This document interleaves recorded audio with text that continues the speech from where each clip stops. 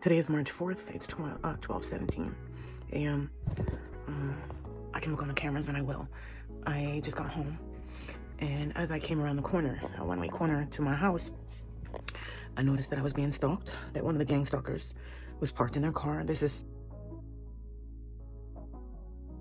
then I got anxiety really bad, and I could feel danger, and I trust my intuition, and I knew that this was either David or somebody David sent, or somebody maybe from I don't know.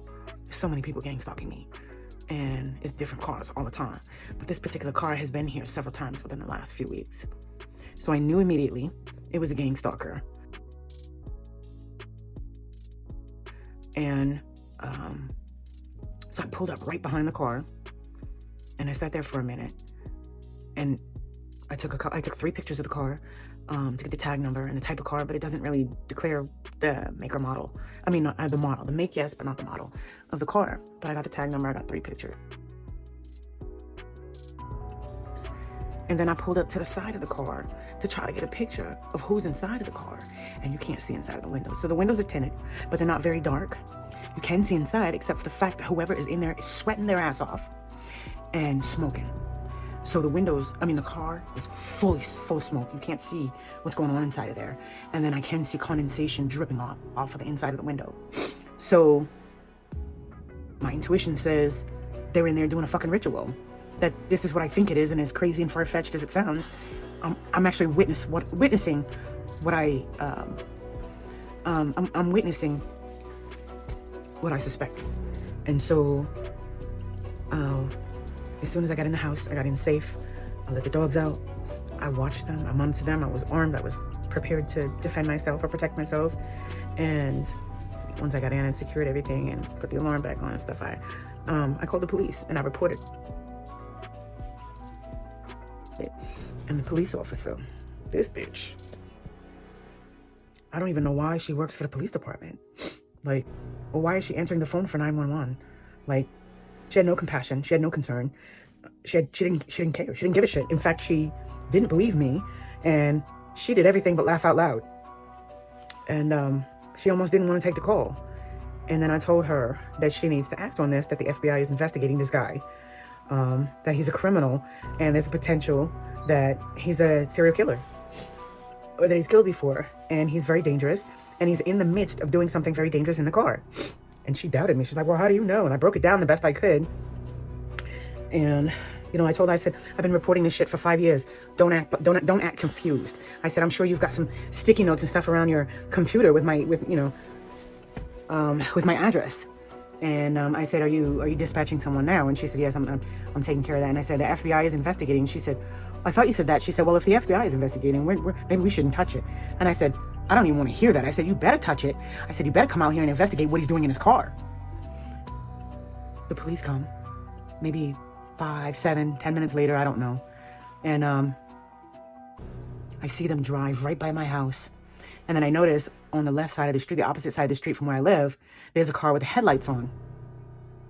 And I noticed the green car, the Chevy that this guy is parked in, is not in the spot where it was. So I'm like, so where'd the car go? Is that the car?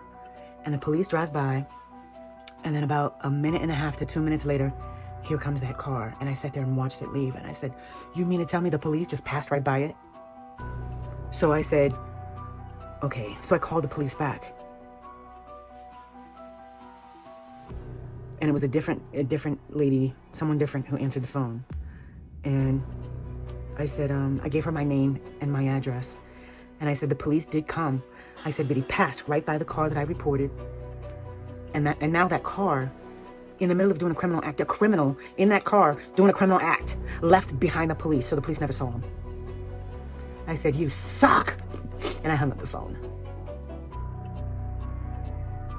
I'm just so tired of the negligence. And I've been doing really good, not even cursing, and so I'm pretty upset. The whole thing has lowered my vibe. Also, at the same time, while this was going on, at the same time that I got home, Sean was just getting home.